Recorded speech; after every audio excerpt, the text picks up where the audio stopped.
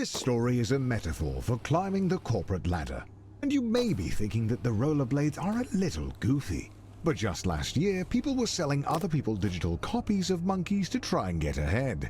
So, rollerblades are really not that far-fetched. And who doesn't like a little speed in their life? So, rollerblades it is. But just remember that everyone struggles to get job interviews, so try not to get too discouraged. Good luck. Oh!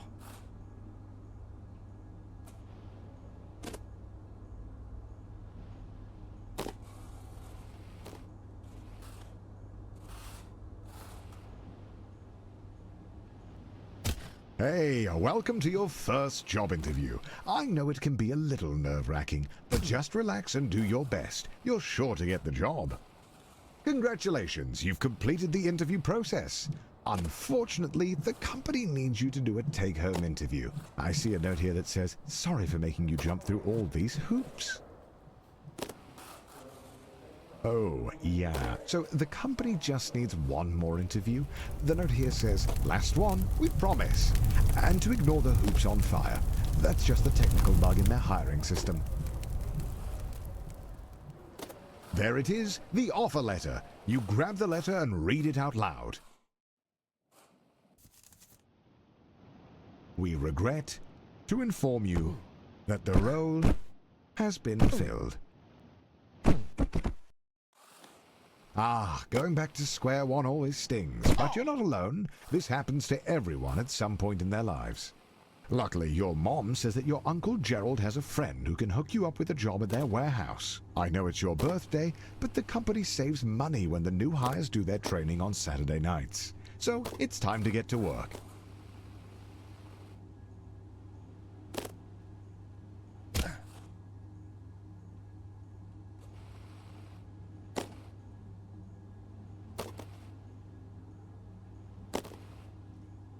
Congratulations on completing your training. Go home, get some rest. Tomorrow is your first real day at work.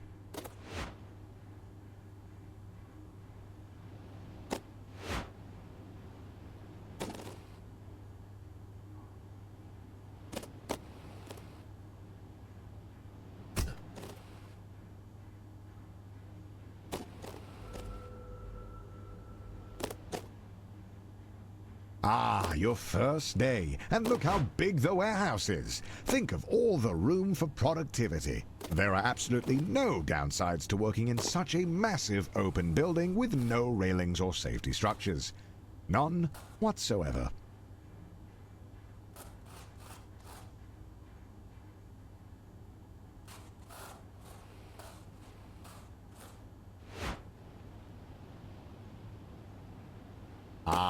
So, rumor has it that corporate spent all of their money on fighting Ted's injury lawsuit. So they've thrown you a pizza party instead, which, according to your boss, is arguably better. But don't worry, a manager's position has opened up, and that comes with a pay raise.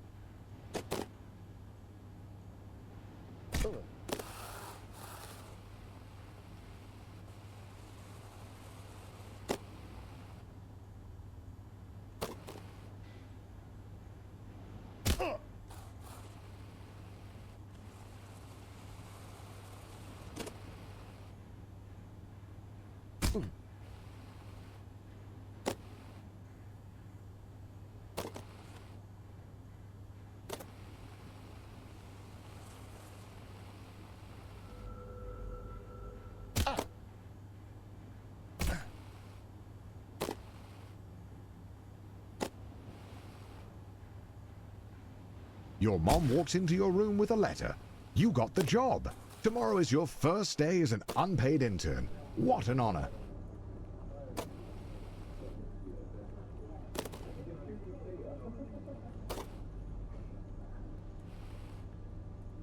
Some would be discouraged knowing they only got the job because their obsession with rollerblades makes them the ideal candidate for grabbing coffee. But you're a little discouraged as well.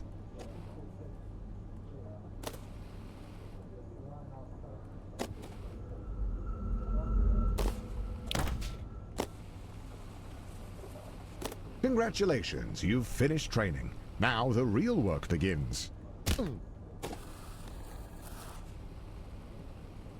Your boss Bill has his office on the first floor and seems like a really nice guy. Great taste in coffee too. Hopefully you can really impress him with your grind set.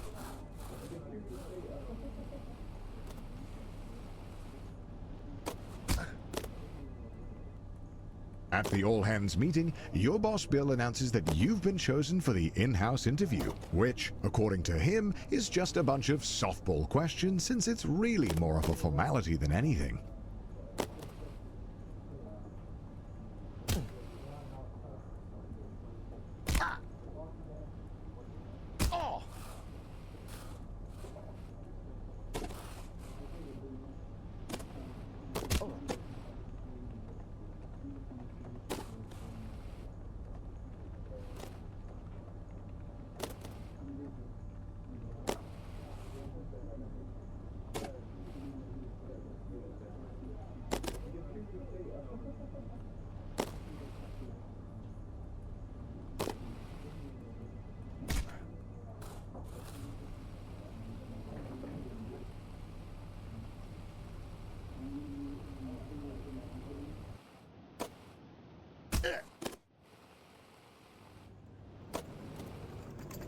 Unfortunately, being a junior financial analyst means you're just another cog in the corporate machine.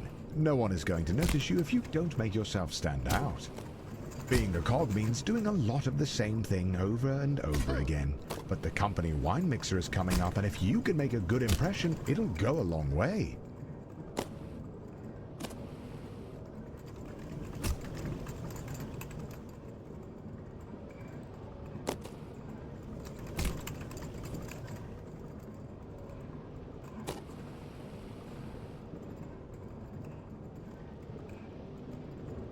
After spinning your wheels for a year, you finally get invited to the company mixer. Rubbing shoulders with middle management has you inspired. You want to be one of them.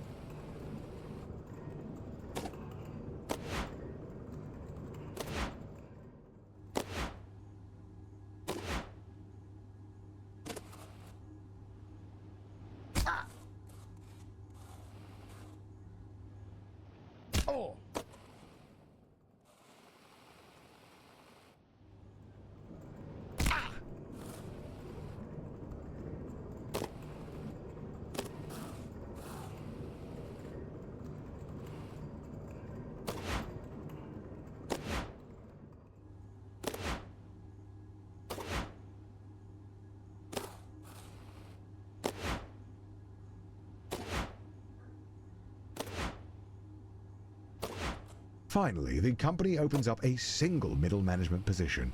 All you have to do is beat the rest of the applicants and the job is yours. The bumpers are a metaphor for the other applicants.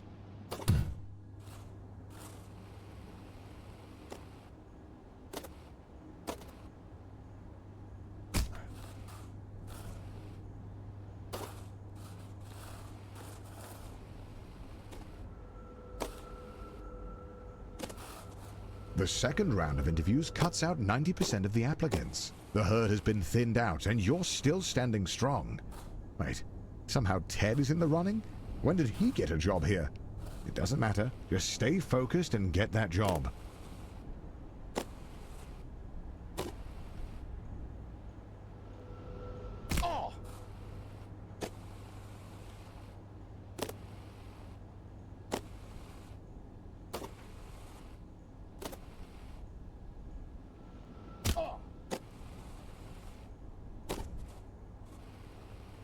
After months of grueling interviews, corporate dinners, endless schmoozing, you find a letter on your desk. One of the two positions is yours. They created another position for Ted. His uncle is a VP. The prestige of middle management. You're assigned a team of juniors, a huge pay raise, and your own office with a view. Not that office. Don't be ridiculous. Oh, and by the way, if your team's earnings drop to the bottom 30%, you'll be fired. Welcome to middle management. No one really knows what you do here, and in fact, no one really knows how to get promoted. Progressing at this stage of your career feels like a confusing maze with no clear path forward.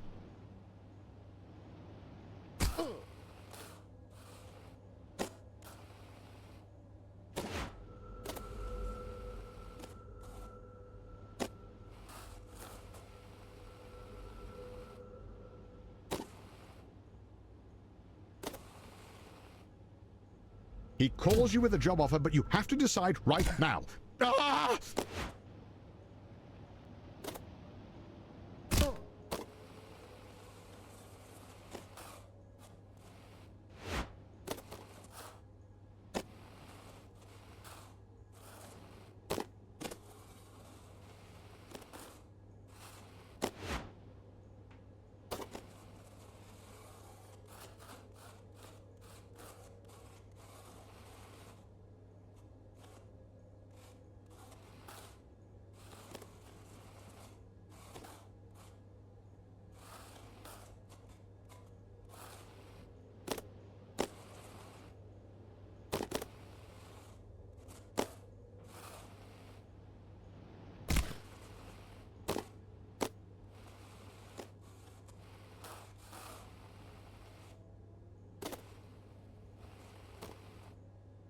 You are desperate to become a department head and decide to take on the Deutler portfolio.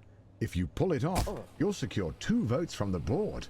If you don't, you'll be fired.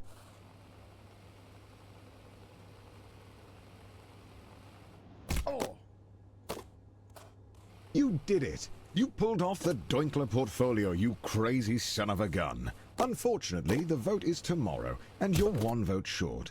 Looks like it's better luck next time. You're still convinced that being a full-time YouTuber is for absolute degenerates. But he was such a class act that it was enough to sway the vote. You are the new department head. Welcome to upper management. You're making more money than you could ever have dreamed of. You drive a fancy car, fancy blades, fancy suit. But if you thought that you would be working less, you'd be wrong. If you aren't constantly pushing ahead, you're likely to fall.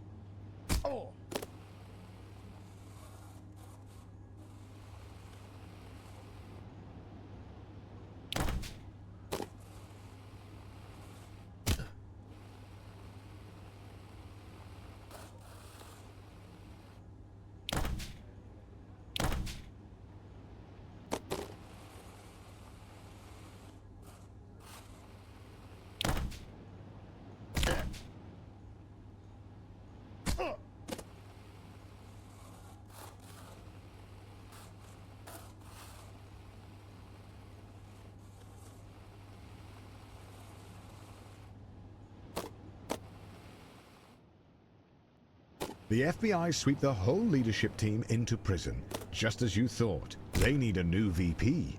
And as the first candidate to apply without a criminal record, you're instantly chosen. They don't even look at your resume.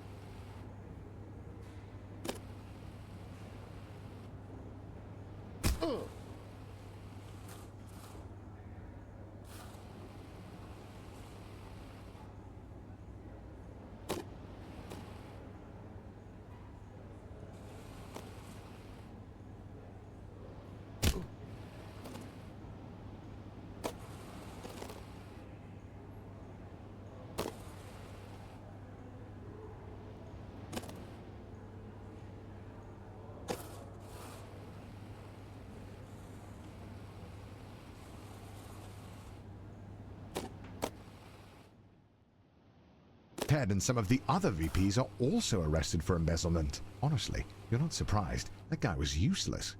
But now they're desperate to fill his spot. They ask you to jump ship. And honestly, who are you to say no to a 7-figure salary with stock options? And a shot at being CEO? You take the job.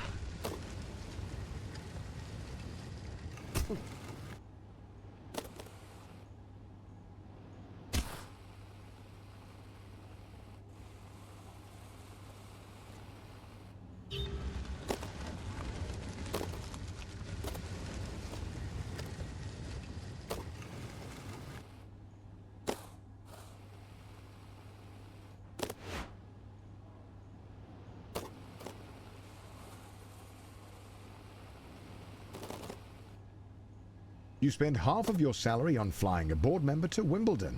They don't even like tennis, but they like being schmoozed, and you like how that helps your chances at being CEO.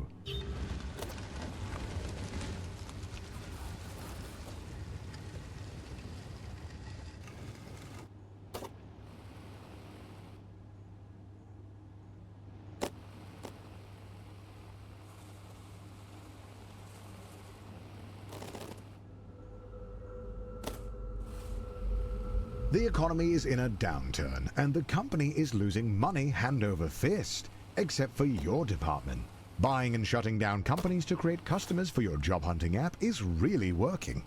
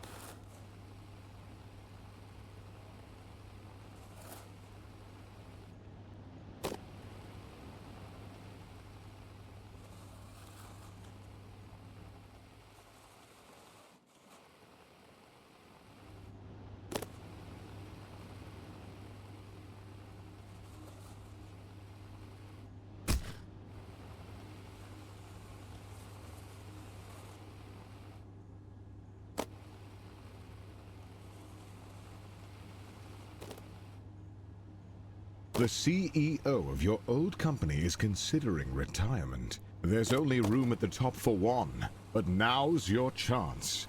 You got this.